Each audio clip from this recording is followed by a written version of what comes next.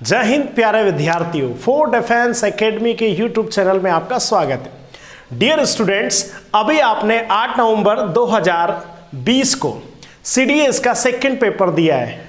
प्रिय विद्यार्थियों, हमने इस पेपर को देखा तो बहुत अच्छा पेपर आया, मॉडरेट पेपर रहा। तो आज हम इसमें एनालिसिस करने जा रहे हैं प्रिय विद्यार्थियों जीएस के इंपॉर्टेंट टॉपिक्स पर। और जीएस के कौन कौन से टॉपिक बच्चों हम इसमें आज चर्चा करेंगे, इस पर एनालिसिस करेंगे, कहां से क्वेश्चन बने और कैसे बने और उनके आंसर कौन से हैं। तो हिस्ट्री, पॉलिटी और करंट अफेयर और मिसलेनियस के क्वेश्चनों पर हम चर्चा करेंगे और ये भी देखेंगे कि इस एग्जाम में आखिर में इन सब्जेक्ट्स पे से कितने क्वेश्चन पूछे गए। बहुत अच्छा पेपर आपका है और आई होप सब बच्चों का आपका बहुत अच्छा गया होगा। लेकिन कुछ ऐसे क्वेश्चन हैं जहां बहुत सारे डिफिकल्ट्स भी हैं, हम उनको सॉल्व करेंगे, देखेंगे वास्तव में उनके सही आंसर क्या है। तो आप लोगों के लिए सेशन बहुत इंपॉर्टेंट है, इसलिए बहुत अच्छे से सुनिए, ध्यान से सुनना। आइए स्टार्ट करते हैं। देखो बच्चों, अगर हम इस पूरे सेगमेंट्स की बात करते हैं, इस सीडीएस के सेकंड पेपर की बात करते हैं बच्चों, जैसे जीके के जो जनरल नॉलेज, ये जनरल स्टडीज का पेपर है, उसके 120 क्वेश्चंस आपने देखे होंगे। आपको अटेम्प्ट करना था, जो गुड अटेम्प्ट्स रहता है वो 75 से 82 का जो इस बार का रेशो जा रहा है। थोड़ा सा 2-3 क्वेश्चन ऊपर नीचे भी हो सकते हैं, लेकिन ये एनालिसिस है कि जिन बच्चों ने इनके बीच में क्वेश्चन किए वो ये माने कि आपका सिलेक्शन हो जाएगा। अब पेपर का जो लेवल है बच्चों वो मॉडरेट रहा है, यानी डिफिकल्ट नहीं था, अच्छा पेपर था। जिन बच्चों ने मेहनत करके एग्जामिनेशन को दिया है डेफिनेटली उनका एग्जाम निकल जाएगा। ठीक है, तो ये सारी चीजें इस बार रही। और अगर हम पूरे एनालिसिस करें पूरे पेपर की बच्चों, तो अगर हम यहां देखें करंट अफेयर्स, जो आज हम एनालिसिस करने जा रहे हो करंट अफेयर्स के क्वेश्चनों पर करेंगे हम। ठीक है बच्चों, डिफेंस रिलेटेड आ जाएगा क्वेश्चंस आपका, और हम इंडियन हिस्ट्री पे बात करेंगे और इंडियन पॉलिटी पे बात करेंगे, मिसलेनियस पे बात करेंगे। देखो बच्चों, अगर मैं इनकी बात करता हूं करंट अफेयर्स के क्वेश्चंस, यानी आपके 10 क्वेश्चन रहे, डिफेंस रिलेटेड 2 या 3 क्वेश्चन आपके हर बार एग्जामिनेशन में आते हैं। इंडियन हिस्ट्री की बात करें तो इस बार वेटेज बहुत अच्छा है, यानी कि करीब 17 से 18 क्वेश्चन इंडियन हिस्ट्री से पूछे उन्होंने। ठीक है, इंडियन पॉलिटी का भी रेशियो यही रहा है बच्चों, यानी कि 15 से करीब 17 क्वेश्चन इस बार पॉलिटी के रहे हैं। ठीक है, इसका रेशियो भी अच्छा रहा। मिसलेनियस आपका हम देखें तो वही क्वेश्चन रहे, 4 से 5 क्वेश्चन ही आते हैं। तो इन सब का अगर हम रेशियो मिलाकर देखते हैं बच्चों, तो इनका पूरा रेशियो जो हमने टॉपिक लिया है, यानी कि जीएस में अगर हम बात करें किनकी बच्चों, पॉलिटी की, हिस्ट्री की, करंट अफेयर्स, मिसलेनियस और डिफेंस, तो ये क्वेश्चन आपकी एग्जामिनेशन में 50 से 60 यानी 50 to 60 के बीच में क्वेश्चन ये आए, यानी एवरेज आपके 58-59 तक ये है। उन्हीं क्वेश्चनों पर हम चर्चा करेंगे, उन्हीं क्वेश्चनों को हमने लिया है। ठीक है, बहुत अच्छा सेगमेंट है, ध्यान रखिए, है ना। बहुत आपको देखना है कि कौन सा आंसर, किस क्वेश्चन का आंसर आपने क्या लगाया और यहां पर क्या सही है। ठीक है, इस चीज को आपको देखना है। तो आइए बच्चों स्टार्ट करते हैं आज। देखो, ये और एक इंपॉर्टेंट चीज जो मैं ये आपको बताने जा रहा हूं, ये सेगमेंट्स, इस सेगमेंट्स का हमारे पास जो एनालिसिस करने जा रहे हो ये सेट डी है बच्चों, ये ध्यान रखना। कौन सा? ये सेट डी के बिहाफ पर हम एनालिसिस करने जा रहे हैं और उसी के हमने क्वेश्चनों को लिया है। तो जो भी बच्चे देखे वो इन क्वेश्चनों को देख ले, जिनके पास जो भी सेट है वो हम डी पेपर का एनालिसिस करके इसको आगे बढ़ रहे हैं। तो देखिए, आपका जो बच्चों जिसके पास डी सेट था उसका पहला क्वेश्चन ही पॉलिटी से पूछा गया था और बहुत अच्छा क्वेश्चन पूछा गया था। देखो, Which one of the following statement pertaining to the president term of office is not correct? मैं जब भी आपको क्वेश्चन बताता तब यही बोलता था कि नॉट करेक्ट, यानी अधिकतर आजकल क्वेश्चन जो क्वेश्चन उनका उनमें अधिकतर नॉट करेक्ट पूछा गया। तो इस पर ध्यान देना। बताइए प्रेसिडेंट से क्या नॉट करेक्ट पूछा गया? The president hold office for term 5 year, ये बिल्कुल सही है। द प्रेसिडेंट में be remove from the office way of impeachment, ये भी सही है बच्चों, आर्टिकल 61 में हम पढ़ते भी हैं। The president may resign before the expiration of his term by writing to the speaker of Lok Sabha. बच्चों ये गलत है। क्यों गलत है? क्योंकि राष्ट्रपति अपना इस्तीफा स्पीकर ऑफ लोकसभा को नहीं देता, ये प्रेसिडेंट को देता, सॉरी वाइस प्रेसिडेंट को देता है। किसको देता है बच्चों? वाइस प्रेसिडेंट को देगा। ठीक है, और the president shall not standing expiration of his term continue to hold office until the successor enter upon his office, ये भी सही है। तो आपको नॉट करेक्ट बता, नॉट करेक्ट क्या बच्चों, इसमें सी है, इसलिए आपका ये आंसर सही होगा। इन्हें पहले क्वेश्चन का आंसर बच्चों क्या होगा, आपका सही होगा। बहुत अच्छा क्वेश्चन था, ठीक है। नेक्स्ट क्वेश्चन देख रहे हैं हम। नेक्स्ट क्वेश्चन आया है विच, बहुत अच्छा क्वेश्चन है, विच of the following in the Constitution of India are exception to fundamental right enumerated in Article 14 और 19। बच्चों ये चीज आपको बहुत बेसिक है और अच्छे से क्वेश्चन को फ्रेम करती है, पूछती है। इसमें क्वेश्चन ये पूछा गया है कि आर्टिकल 14 और 19 में कौन से ऐसे आर्टिकल है जो सम्मिलित किए जाते हैं, यानी फंडामेंटल राइट की अगर बात करें तो वो एक्सेप्शन है और वो आर्टिकल 14-19 में इन्यूमरेटेड किए गए हैं। तो अगर मैं बात करता हूं बच्चों 14-19 की, तो आपको यहां पर आंसर देखना पड़ेगा कौन सा आंसर, इसका पहला ही आंसर बिल्कुल सही रहेगा बच्चों। देखो कैसे रहेगा, मैं आपको बता दूं 14 का रिलेशन अगर आप देखते हो बच्चों आर्टिकल 14 का, तो उसका आर्टिकल 31A से भी संबंध है और 31C से भी संबंध है, ठीक है। क्योंकि आपको अच्छे से जब आप आर्टिकल्स पढ़ते हैं तो उनमें देखते हैं कि आर्टिकल 14 राइट टू इक्वलिटी के बारे में बोलता है। वो इक्वलिटी बेस का जो आधार स्तंभ था वो राइट टू प्रॉपर्टी वाले कॉन्सेप्ट में भी आया था, और 19 में आपने देखा वो राइट टू प्रॉपर्टी ओरिजिनल में था यहां पर, तो उसका कॉन्सेप्ट आर्टिकल 31C में भी था, ठीक है। तो ये कहीं ना कहीं इनसे कॉरलेटेड होते हैं, इनसे मैच हो रहे हैं, ठीक है। तो याद रखना जो सेकंड क्वेश्चन है उसका आंसर आपका फर्स्ट यानी ए ऑप्शन सही रहेगा बच्चों, ठीक है। तो याद रखना है इसका। Next, which one of the following is not the necessary condition for the issue of writ of quo warranto. बहुत अच्छा क्वेश्चन है, पूरा का पूरा ऐसा ही पूछ डाला उन्होंने। क्यो वारंट आप जानते हैं आर्टिकल 32 के अकॉर्डिंग सुप्रीम कोर्ट के बिहाफ पर आप 5 रीट जारी कर सकते हैं बच्चों। कौन सी 5 रीट्स, और इन 5 रीट्स में आप क्यो वारंटों के बारे में आपसे पूछा जो अंतिम रीट्स होती है। क्यो वारंटों के बारे में आप जानते हैं कि क्यो वारंटो एक बहुत इंपॉर्टेंट रीट्स होती है। तो हम देखते हैं इसमें क्या उन्होंने यहां पर भी ध्यान देना है, नॉट करेक्ट बताना है, नॉट नेसेसरी कंडीशन बताना है। The office must be a public office, ये बिल्कुल ये तो नेसेसरी कंडीशन है। The office must be created by state by the constitution of itself, ये भी सही है। The office must not be A substantive one, बच्चों ये गलत है। क्या है, ये गलत है।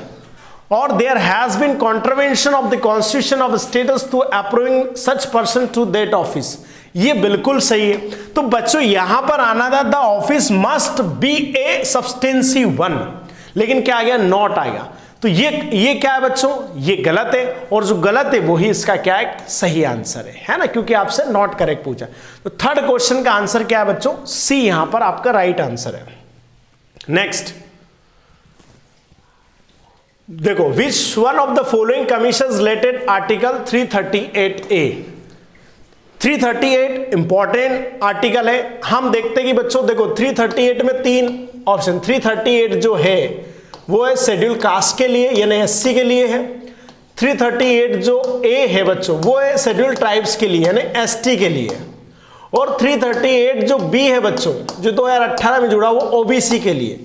ये क्या करता है, इनको कॉन्स्टिट्यूशन स्टेटस दिलाता है बच्चों। तो यहां 338 ए पूछा, यानी आपको पता है ये शेड्यूल किसके लिए, ट्राइब्स के लिए बच्चों, the national commission for schedule tribes बच्चों, ठीक है। तो ऑप्शन बी जो है वो आपका सही आंसर हो जाएगा, ठीक है। The national commission for schedule tribes जो है उसको कॉन्स्टिट्यूशनल स्टेटस कौन देता है, 338A देता है बच्चों, बिल्कुल सही आंसर है। नेक्स्ट, अगस्त, देखो ये पॉलिटी के साथ साथ हमने देखा मिसलेनियस भी लेना है, ठीक है, तो इन पर हमारा फोकस है। अगस्त 12 सेलिब्रेटेड एज, देखो यहां पर जो 12 अगस्त की बात हुई, क्या मनाते हैं हम बच्चों, तो देखो इनमें से हम वर्ल्ड इन्वायरमेंट डे नहीं मनाते, ये तो 6 जून को मनाते हैं। टोबैको डे नहीं मनाते, international day against drug abuse illicit traffic ये भी नहीं मनाते हम। तो फिर ऑप्शन डी है द इंटरनेशनल यूथ डे इस करेक्ट आंसर। 12 अगस्त को अंतर्राष्ट्रीय युवा दिवस मनाया जाता है। एक आप भी देखा होगा भारत में युवा दिवस जो है बच्चों, अगर यह नेशनल यूथ डे आता है वो कब आता है, 12 जनवरी को आता है। स्वामी विवेकानंद की जन्मतिथि पर हम भारतीयवासी मनाते हैं। लेकिन इंटरनेशनल पूछा है तो बच्चों इसका आंसर क्या रहेगा, डी इस करेक्ट आंसर रहेगा। ठीक है, नेक्स्ट तो क्वेश्चन आया, which one of the following countries had chosen the name Nisarga for the cyclone which devastated the coastline of the Maharashtra and Gujarat in June 2020। बच्चों आपने देखा होगा ये जो निसर्ग एक साइक्लोन आया था और बड़ा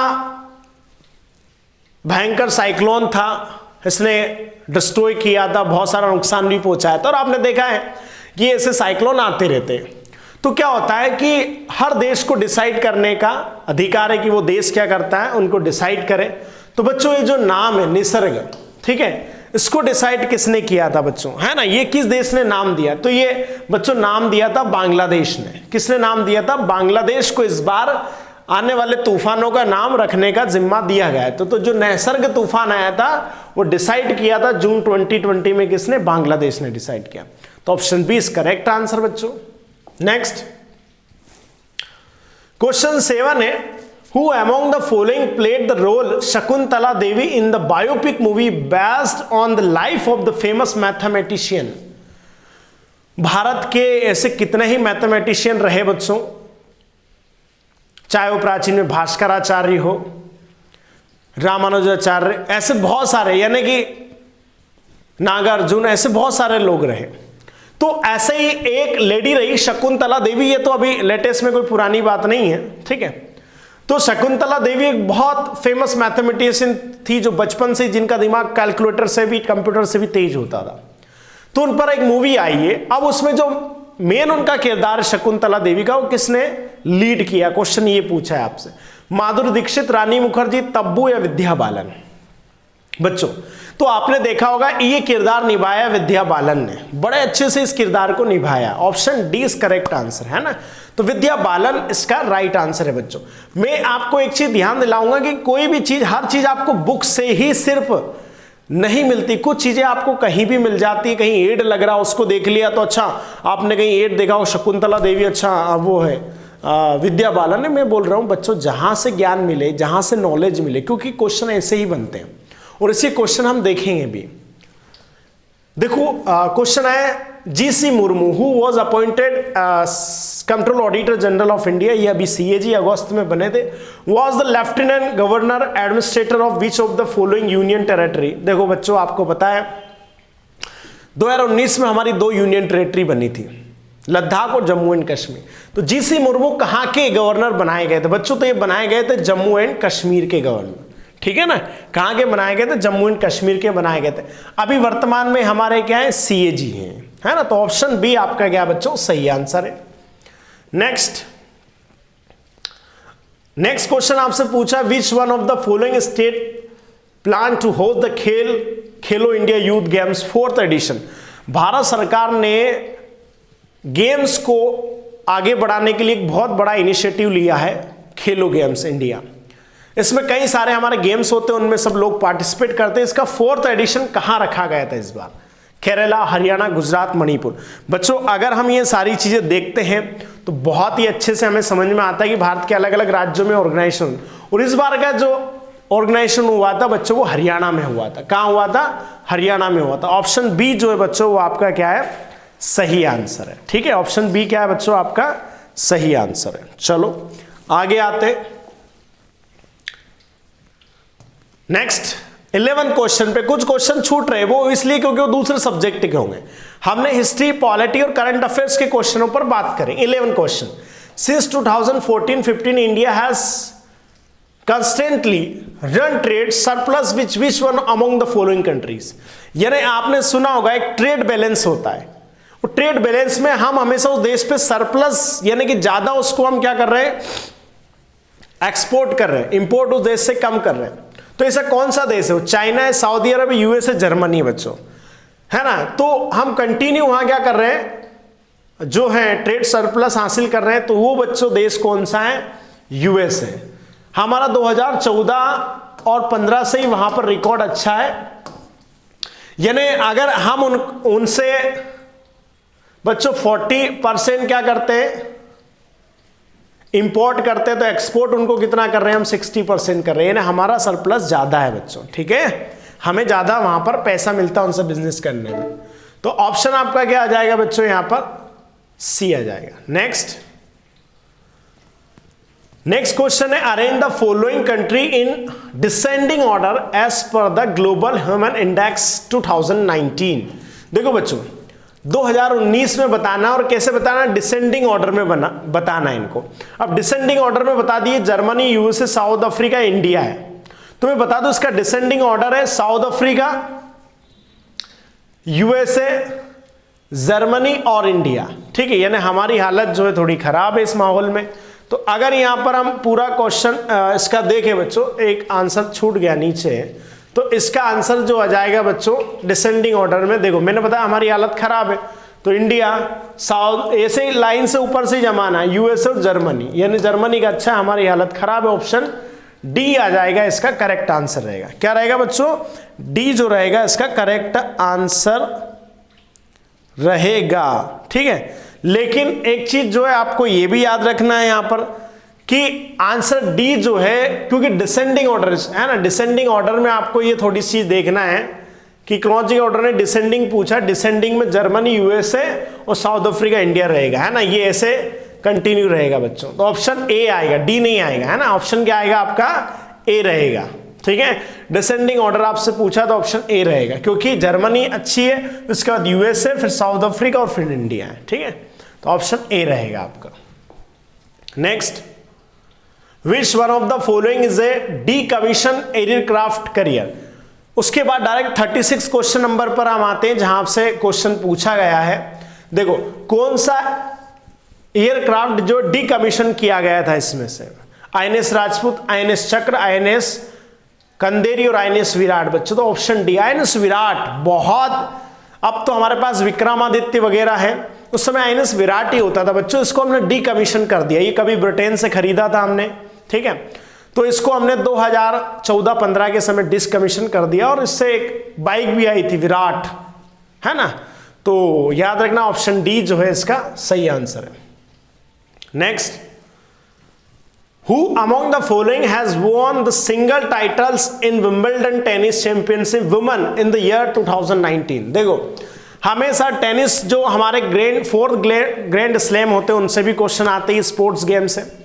तो क्वेश्चन ये कि जो महिला सिंगल है उसमें इस बार कौन जीता था, विंबलडन जो जुलाई में होता है, जुलाई 2019 में हुआ था, कौन जीता था?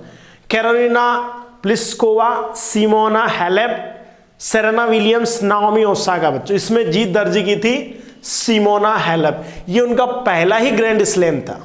मात्र 29 साल की रोमेनियन खिलाड़ी है ना, कहां की, रोमेनिया की है, वहां की उन्होंने जीत दर्ज की थी। और किसको हराया था? सेरेना विलियम्स को हराया था। बहुत बड़ा नाम है यूएस ये ना टेनिस ग्रैंड स्लैम्स में, सेरेना विलियम्स। तो इन्होंने जीत दर्ज की थी, है ना बच्चों। और पुरुष में नोविक जोकोविक जीते थे, तो ऑप्शन बी आपका सही आंसर रहेगा। ठीक है, तो ऐसे क्वेश्चन भी आपके आए तो ज्यादा कोई टफ पेपर नहीं था, अच्छा था। ठीक है, recently island of Andaman and Nicobar were connected with the mainland of submarine optical fiber cable. Which one of the island was not connected initially? इसमें किसको कनेक्ट नहीं किया गया बच्चों? क्वेश्चन ये आपसे पूछा है कि इसमें किसको कनेक्ट नहीं किया गया। तो देखिए शहीद आइलैंड है, स्वराज आइलैंड है, लिटिल है या पोर्ट ब्लेयर है। बच्चों बताइए किसको इसमें कनेक्ट नहीं किया गया। तो इसका राइट आंसर बच्चों शहीद आइलैंड, यानी ऑप्शन ए जो है वो सही आंसर। इसमें शहीद आइलैंड को कनेक्ट नहीं किया गया था। ठीक है बच्चों। नेक्स्ट, अगस्त 2020 among the following was administer the oath as the prime minister of Sri Lanka for the 4th time. चौथी बार ऐसे कौन व्यक्ति थे जो हमने करंट अफेयर सीरीज जब पढ़ाई थी बच्चों के लिए, तो उसमें इन सब क्वेश्चनों को पढ़ाया था हमने। ठीक है, जिन बच्चों ने वो अच्छे से अटेंड किया था उनको ये सब आंसर सही जाएंगे। 4th टाइम कौन बना वहां का प्रधानमंत्री? तो बच्चों आपको पता है महिंद्रा राजपक्षे बने थे। कौन बने थे?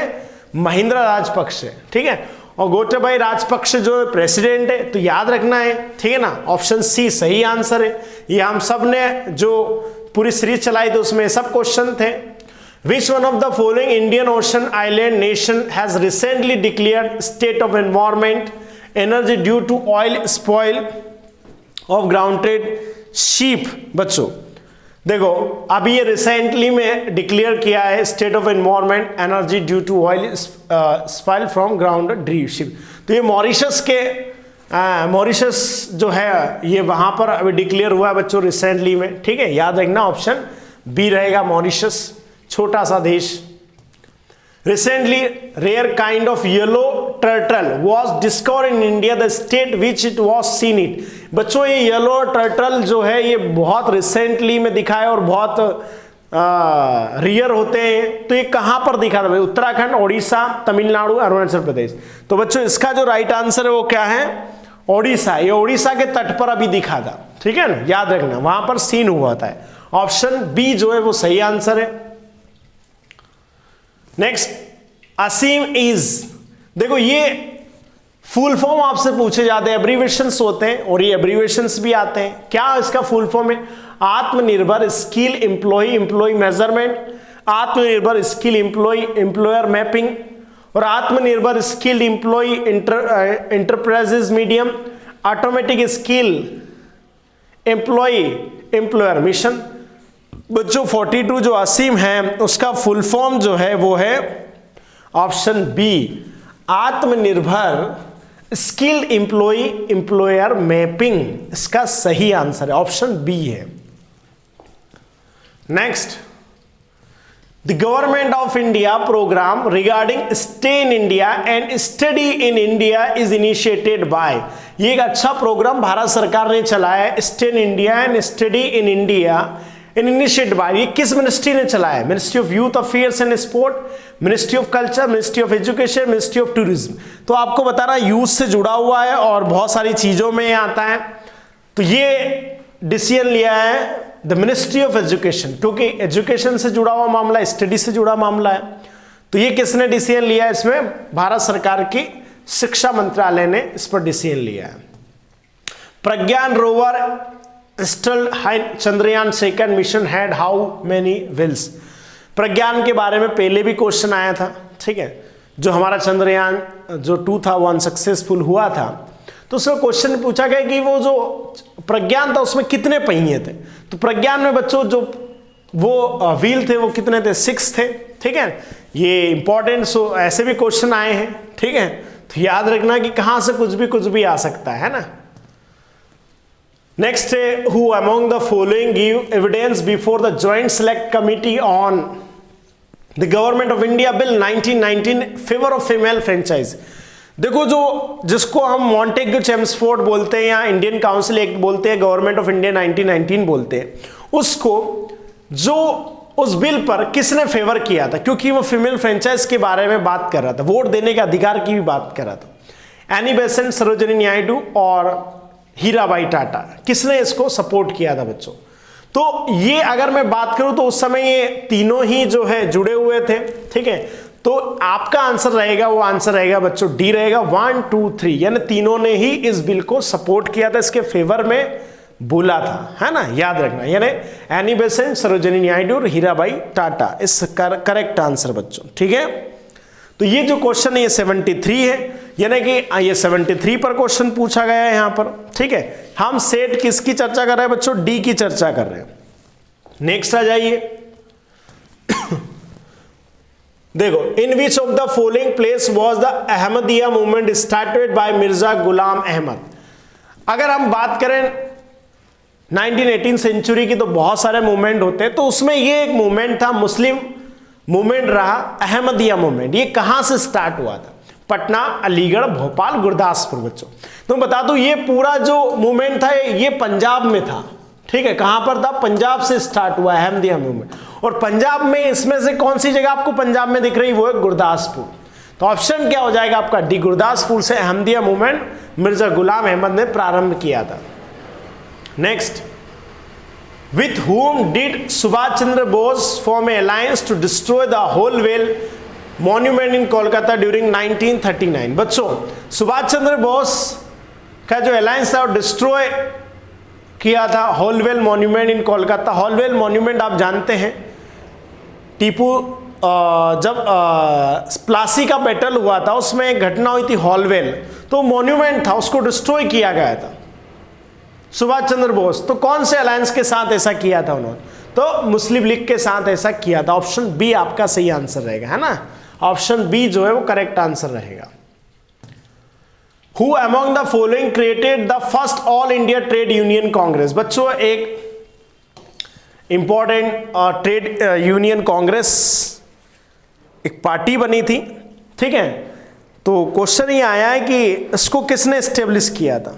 तो ये है एनएम जोशी साहब थे, है ना। ये इसमें और भी सारे लोग थे, लेकिन इसमें से अगर ऑप्शन देखा जाए तो NM Joshi is correct answer, यानी सी आपका सही आंसर है। Next, which one of the following was first trade union in the proper sense of the term? सबसे पहले कौन सी ट्रेड यूनियन स्टेब्लिश हुई? I Bombay labour, Ahmedabad, Madras, Allahabad. बच्चों तो option C Madras labour union VP Wadia साहब ने बनाई थी इसको, है ना। तो याद रखना ऑप्शन जो सी है वो करेक्ट आंसर है। 1920 के something. Who among the following form the सेवा समिति स्कॉट एसोसिएशन? ये क्वेश्चन पहले भी आया है ऐसा इस बार भी आ गया। तो इसके फाउंडर हृदयनाथ कुंजरू है। हृदयनाथ कुंजरू जो एनसीसी के फाउंडर भी रहे, हृदयनाथ कुंजरू जो स्टेट रीऑर्गेनाइजेशन था उसमें भी रहे थे। तो ये इंपॉर्टेंट पर्सन थे हृदयनाथ कुंजरू, याद रखना ऑप्शन ए करेक्ट आंसर है। Next, which one of the following is not correct about the secretary general of the Lok Sabha के बारे में पूछा है। ये क्वेश्चन बहुत डाउटेबल है ना बच्चों। ये थोड़ा सा ऐसा है कि इसका answer behalf on the UPSC क्या सही मानेगा, है ना, क्योंकि एक्सपर्ट जो लोग है या हमारा एनालिसिस है उसमें जो है वो अलग आंसर थोड़ा आ रहा है। The secretary general is the adviser to the speaker, वो भी एक सही बात है कि ये है नहीं है। The secretary general act under the authority the name of speaker. The Secretary General work under the Speaker and with delegate authority. The Secretary General passes order in the name of the Speaker. तो बच्चों अगर हमारा analysis जो है, हमारा analysis है ये सही हो सकता है, नहीं भी हो सकता, बिहाफ ऑन द यूपीएससी, ठीक है। तो इसका जो है ऑप्शन ये बच्चों रहेगा कि नॉट करेक्ट है, क्योंकि ये जो है स्पीकर को एडवाइज नहीं करता है ना, स्पीकर को एडवाइज नहीं करेगा, है ना। तो इसे हमारा भी आप इसमें ऑप्शन ए, लेकिन यूपीएससी क्या मानेगा फाइनल रहना, ये हम बात बोल रहे हैं आपसे, ठीक है। कुछ क्वेश्चन इसमें ऐसे आए हुए हैं। ये भी एक वैसा ही है। Who among the following move the motion of secret sitting session of the assembly? जब असेंबली बनी तो वो मोशन किसने मूव किया था, मैंने कौन लेकर आया था असेंबली 1942 में? एम.एस. सेने थे, जीवी मावलंकर थे, सी.एम. स्टीफन थे, ए. अयंगर साहब है। तो इसमें दो ऑप्शन है, जीवी मावलंकर साहब और सी.एम. स्टीफन। अब इन दोनों में से, क्योंकि दोनों ही थे मोशन को लाने वाले, अब इसमें से क्या करेक्ट यूपीएससी मानता है वो आगे देखेंगे हम, है ना। तो बी और सी में से दोनों में से कोई एक रहेगा। Next, in the Gandhian school Gandhara school of art initially blue schist green palites were used when did Stroco completely replace stone as main material used by Gandhar School of Sculpture? आपको पता है मूर्तियां सबसे पहले बनी थी गंधार स्कूल ऑफ आर्ट में।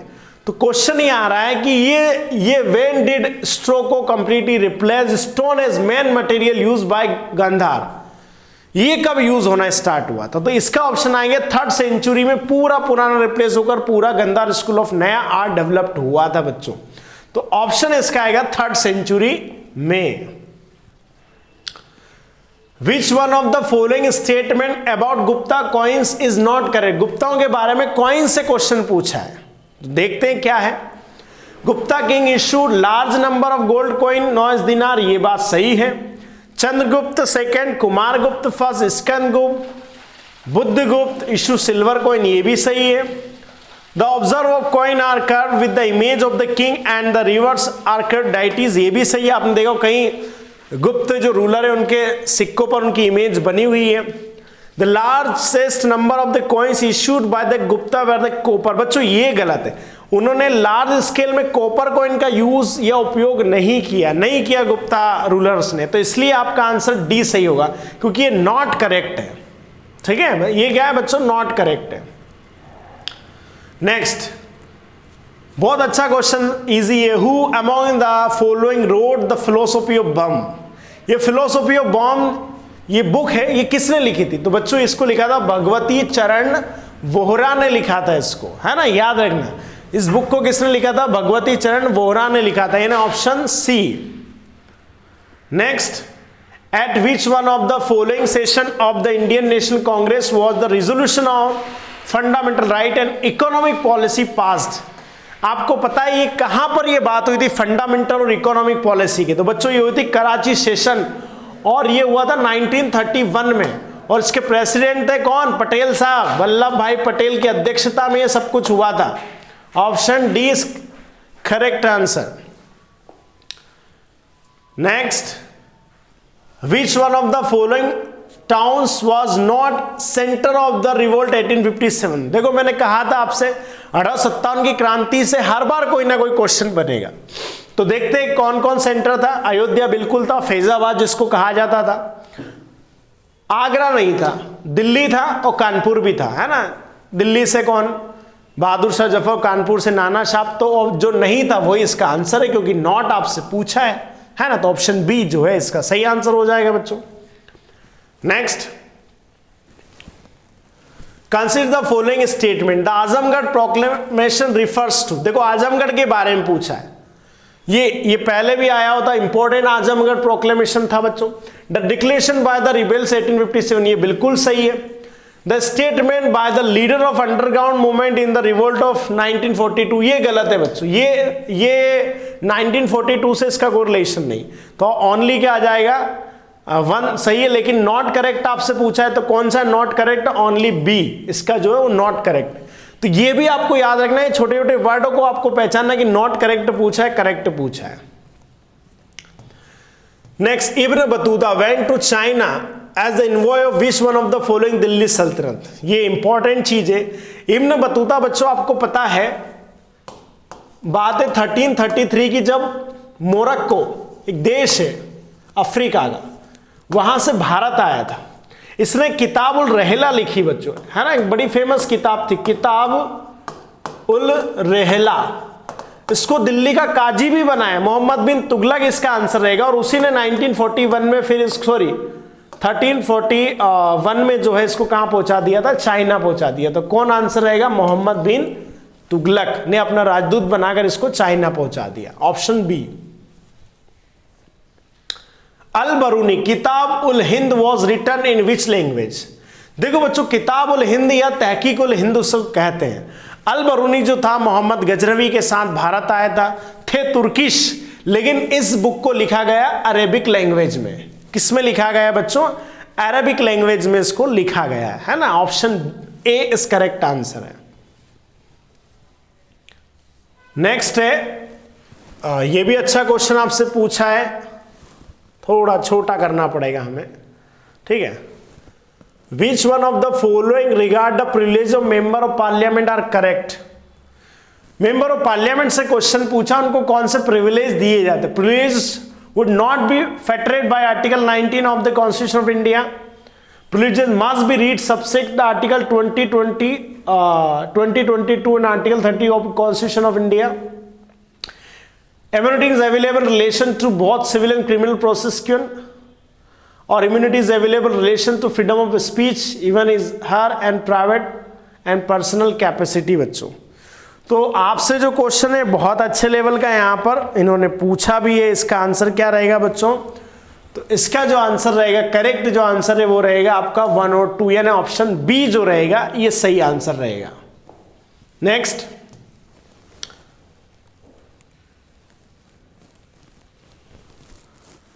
Which one of the following statement with regard to the appointment of the member of parliamentary committee is correct. देखो पार्लियामेंट्री कमिटी के मेंबरों से क्वेश्चन पूछा गया।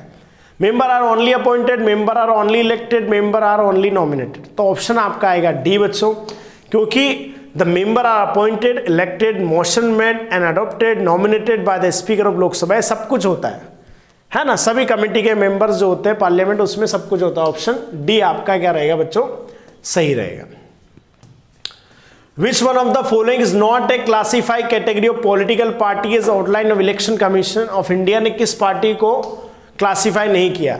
National party, state recognize party, regional party, register unrecognize party. तो बता देता हूं बच्चों में, रीजनल पार्टी को इलेक्शन कमीशन ऑफ इंडिया ने कभी भी क्लासीफाई नहीं किया है। आपने देखा होगा बाकी लिस्ट सबकी है कि नेशनल पार्टी बनने में क्या चाहिए, स्टेट पार्टी बनने में क्या चाहिए, और बहुत सारी पार्टियां रही जो रजिस्टर है अनरिकॉग्नाइज पार्टी के रूप में। ठीक है, तो ऑप्शन इसका सी आ जाएगा। रीजनल पार्टी के बारे में इलेक्शन कमीशन ऑफ इंडिया की कोई गाइडलाइन नहीं है।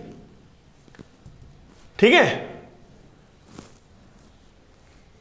चलो तो ये याद रखना, ये कुछ टेक्निकल ऐसे इश्यू है, कोई दिक्कत नहीं। हम आते हैं अपने क्वेश्चन पर। नेक्स्ट है, which one of the term were added in the preamble of the constitution of amendment 1976। आप जानते हैं बड़ा इंपॉर्टेंट अमेंडमेंट था, 3 वर्ड यूज हुए थे। 42nd अमेंडमेंट था 1976 में बच्चों। तो 3 वर्ड थे, सोशलिस्ट, सेक्युलर, इंटेग्रिटी। 1 2 3 कहां है? 1 2 3 ऑप्शन बी जो है वो सही आंसर हो जाएगा। बड़ा सिंपल अच्छा सा क्वेश्चन है, लगभग जो क्लास में पढ़ा है वही क्वेश्चन आ गए, ये और इजी क्वेश्चन है। Adviser of the constitution assembly कितनी बार पढ़ते हैं? वेनेगल नरसिंह राव, BN राव बच्चों, ये हमारे संविधान के क्या थे?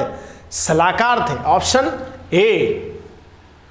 Next, in the Indian judicial system writs are issue, 5 writs है जो इश्यू की जाती, किसके द्वारा? सुप्रीम कोर्ट आर्टिकल 32 के अकॉर्डिंग, हाई कोर्ट आर्टिकल 226 के अकॉर्डिंग। तो इन्हीं को सिर्फ अधिकार है। Option C, supreme court and high court only बच्चों, डिस्ट्रिक्ट कोर्ट को नहीं है। ऑप्शन सी राइट रहेगा। The citizen act fail under which of the following part of the constitution? आपको पता है सिटीजन एक्ट 5 to 11 के बीच में आर्टिकल आते हैं। बड़ा इजी क्वेश्चन है, पार्ट 2 में दे रखा है। Next, during 19th century who among the following wrote? अच्छा क्वेश्चन यहां पर पूछा गया है। सतपत्र सीरीज एक बड़ी इंपॉर्टेंट सीरीज थी है, जो सता पता ऐसी बुक एंशियंट में भी लिखी गई, लेकिन यहां पूछ लिया उन्होंने 19th century में किसने लिखा है, तो इसका आंसर रहेगा GS देशमुख ने इसको लिखा था बच्चों। किसने लिखा था? GH देशमुख साहब ने इसको लिखा था। Option D. नेक्स्ट हम आ जाते हैं, फिर 2 क्वेश्चन यहां पर आए हैं। ठीक है बच्चों, ध्यान देना इन पर। Who among the founded the Mohammad Anglo oriental defence association? ये आप ध्यान रखना कि मोहम्मद एंग्लो ओरिएंटल, आपको पता अलीगढ़ मूवमेंट था, वहां पर स्टेब्लिश हुआ था। तो एक ही व्यक्ति थे, कौन थे? सर सैयद अहमद खान, जो इनसे जुड़े हुए थे बच्चों। तो ऑप्शन क्या रहेगा आपका? क्या रहेगा बच्चों? ऑप्शन डी रहेगा। नेक्स्ट, 103 क्वेश्चन जो पहले आना था वो बाद में आया, कोई बात नहीं। विच one of the following not a demand made by the Congress moderate? जो कांग्रेस मॉडरेट है उनकी कौन सी डिमांड नहीं थी? यूनिवर्सल फ्रेंचाइज ये तो थी, रिपील ऑफ आर्म्स एक्ट ये भी था, एक्सटेंशन ऑफ परमानेंट सेटलमेंट ये नहीं था बच्चों, और higher job for Indian in army ये भी था। तो जो नहीं था वो इसका सही आंसर रहेगा, ऑप्शन सी रहेगा। ठीक है, after the first war the Triveni Sangh was form by, देखो प्रथम विश्व युद्ध जब हुआ उसके बाद त्रिवेणी संघ करके एक बहुत अच्छा संघ बना था। तो क्वेश्चन आपसे पूछा है त्रिवेणी संघ किन जातियों ने मिलकर बना था? जाट गुजर ने, राजपूत यादव ने, जाट और यादव ने, या अहीर एंड कुर्मीज ने? जो बच्चों ये बनाया था ऑप्शन डी, अहीर और कुर्मी ने मिलकर 1924 से फिर 1928 तक ये फिर आगे ये संगठन बना जिसका नाम था त्रिवेणी संघ करके, है ना। ऑप्शन आपका डी रहेगा। 106 से among the following was the first accepted ministerial position in the central province in October 1925? देखो बच्चों ये क्वेश्चन है, थोड़ा सा ये भी डाउटेबल है, क्योंकि यहां इस असेंबली के समय कौन साथ में रहे और इसमें किसने पार्टिसिपेट किया था, तो ये थोड़ा सा डाउटेबल है, क्योंकि इसमें सर मोंजे और SB टाम्बे दो में डाउट है। अब यूपीएससी इनमें से दोनों में से क्या मानता है वो आगे देखेंगे हम, है ना। तो 1-2 क्वेश्चन है जो ऐसे हैं, बाकी तो नहीं है। Who among the format the national liberation federation आपको पता है, ये इसमें तेज बहादुर सप्रू और एम.आर. जयकर साहब थे। ये लिबरेशन फ्रंट एक तरह से पार्टी के रूप में काम भी करता था, ठीक है। तो डी.बी. सप्रू और एम.आर. जयकर साहब थे, ठीक है, option C. Next, the national disaster management authority function under the ministry of. ये ऐसे क्वेश्चन हर बार आते हैं, कोई ना कोई डिपार्टमेंट पूछा जाता है और इसको अभी संवैधानिक दर्जा भी दे दे की बात चल रही है। तो ये किसके अंतर्गत आता है? अब डाउट क्या होता है बच्चों का, डिजास्टर मैनेजमेंट है तो हो सकता है environment, forest and climate change के अंतर्गत हो, ऐसा कोई डिपार्टमेंट है नहीं बच्चों। तो ये आता है हमारा होम मिनिस्ट्री के अंतर्गत। होम अफेयर, सोचने वाली बात है, गृह मंत्रालय के अधीन आज भी आता है ना, नेशनल डिजास्टर मैनेजमेंट, ठीक है। यह भी कोर्स में भी सम्मिलित किया गया। द सोशलिस्ट आइडिया ऑफ सप्त क्रांति, 7 रिवॉल्यूशन की जो आइडिया है वो किसने दिया था बच्चों? ये दिया था राम मनोहर लोहिया साहब ने, एक बहुत बड़े सोशलिस्ट लीडर थे लोहिया, है ना, जयप्रकाश नारायण और ये सब साथ में ही थे। तो इसका जो ये उन्होंने नारा दिया था कि 7th क्रांति है, ये राम मनोहर लोहिया ने दिया था, option A. Which one of the following is not a character of secular state? बताइए बच्चों इनमें से कौन सा कैरेक्टर नहीं है सेक्युलर स्टेट का, ठीक है। Refuse theocracy, its separate religion from the state, a state is ordered to secular must be democratic, और it must prevent religious conflict, promote religious harmony। Question बहुत ऐसे हैं जो डाउटेबल है, लेकिन एक बता देता हूं इसका जो सही आंसर वो है a state in order to be secular must be democratic. ये सेक्युलर स्टेट के कैरेक्टर में नहीं आता है बच्चों, ठीक है, ऑप्शन सी है। A special address by the governor refer to the address delivered by the governor, है ना। आप जानते हैं गवर्नर जो है राज्यपालों का अपना विशेष अभिभाषण देता है, कौन सी कंडीशन होती है? When president rule is called for, नहीं, तो ये आंसर नहीं है। When A national emergency necessities resolution legislative, ये भी नहीं है। And the commencement of the first session after general election and the first session of the year, बिल्कुल सही है। अपना विशेष अभिभाषण चाहे राष्ट्रपति हो या राज्यपाल हो, वो कभी भी सेशन जब भी प्रारंभ होगा जनरल इलेक्शन के बाद पार्लियामेंट का, ठीक है, तो उसमें देंगे या फर्स्ट सेशन इस ईयर में देंगे, याद रखना। तो ऐसा ही गवर्नर स्टेट में भी अपना स्पेशल एड्रेस देता है बच्चों, है ना। Which one of the following statement is not related to panchayat is not correct से पूछा है, पंचायत के बारे में क्या सही नहीं है। देखते लेजिस्लेचर ऑफ द स्टेट में भी law make provision with respect to the composition panchayat, तो ये तो सही है। Panchayat are means the territorial area of panchayat, ये भी सही है। Gram sabha include all person in the election rules of village with in panchayat, ये भी सही है। Reservation seat for ST and SC nothing to do with proportion of their population, बच्चों ये गलत है, और ये गलत है तो आंसर यही सही रहे। क्यों? क्योंकि यहां पर क्या पूछा है, एसटी एससी हैड नथिंग, ये नथिंग नहीं आता तो ये सही हो जाता, ठीक है, क्योंकि उनका जो प्रपोजन होता है पॉपुलेशन में ही होता है बच्चों। तो ये ऑप्शन जो है डी है वो इनकरेक्ट है, और इनकरेक्ट ही क्या है इसका सही आंसर है बच्चों। Next, which one of the following statement with regard to protective democracy is not correct? ये प्रोटेक्टिव डेमोक्रेसी के बारे में पूछा है, इसका क्या आंसर सही है? ये भी थोड़ा सा डाउटेबल क्वेश्चन इस बार आया हुआ है कि इसकी वास्तव में डेफिनेशन क्या होगी बच्चों।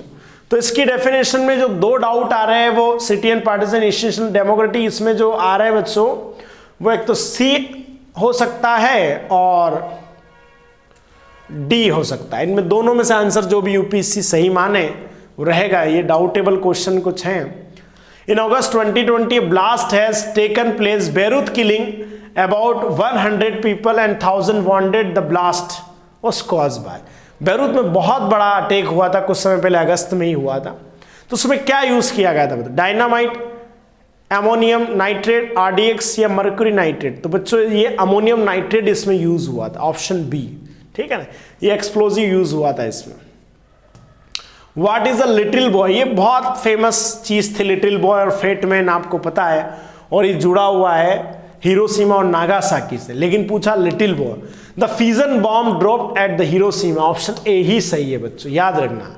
हिरोशिमा में इसको फिजन किया गया था और ये तारीख थी 6 अगस्त 1945 1945 को ये गिराया गया था बच्चों, है ना। ऑप्शन ए जो है वो सही आंसर है, ठीक है।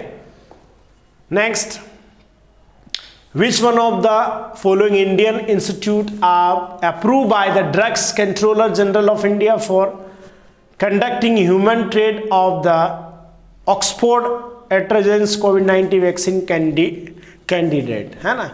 तो याद रखना ये इंडियन ड्रग्स जो कंपनी है वो भारत बायोटेक के साथ ये समझौता हुआ है, option A. The recent explosion near oil well is Baghjan is due to, देखो ये जो एक एक्सप्लोजन हुआ है उसमें oil well Baghjan is due to, तो उसमें जो बच्चों पूछा है क्या हुआ, कैसे हुआ था वो, ठीक है। Removing the spoil during the blowout control operation के समय transfer of oil in deporter pipeline हुआ था, या the leakage of methyl isolation, the leakage of radiation from radioactive substance बच्चों, है ना। तो ऐसा क्या हुआ था वहां पर, तो इसका जो बच्चों राइट आंसर है वो रहेगा आपका ऑप्शन ए है, removing the spoil during the blowout control operation हुआ था, इसमें एक्सप्लोजन हुआ था।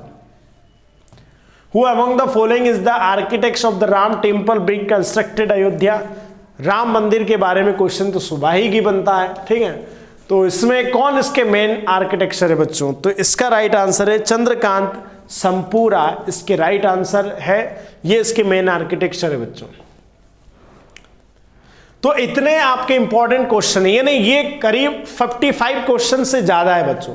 अगर हम इनका एनालिसिस करें और क्वेश्चन को देखें तो 4-5 ऐसे जिसमें डाउटेबल, लेकिन 50 या 52 क्वेश्चन इसमें जिसमें आपको क्लियर हो जाएगा कि आपके कितने मार्क्स आ रहे। बहुत अच्छा पेपर, मॉडरेट पेपर था, तो आई होप आपको बहुत ये अच्छे से लगा होगा। एक बार एनालिसिस कीजिए, पढ़िए, देखिए इस लेक्चर को बच्चों, और ज़्यादा से ज़्यादा बच्चों को शेयर कीजिए, ठीक है। तो हम नेक्स्ट बहुत जल्दी मिलेंगे। आप सभी को दीपावली की बहुत बहुत शुभकामनाएं, सभी विद्यार्थी को।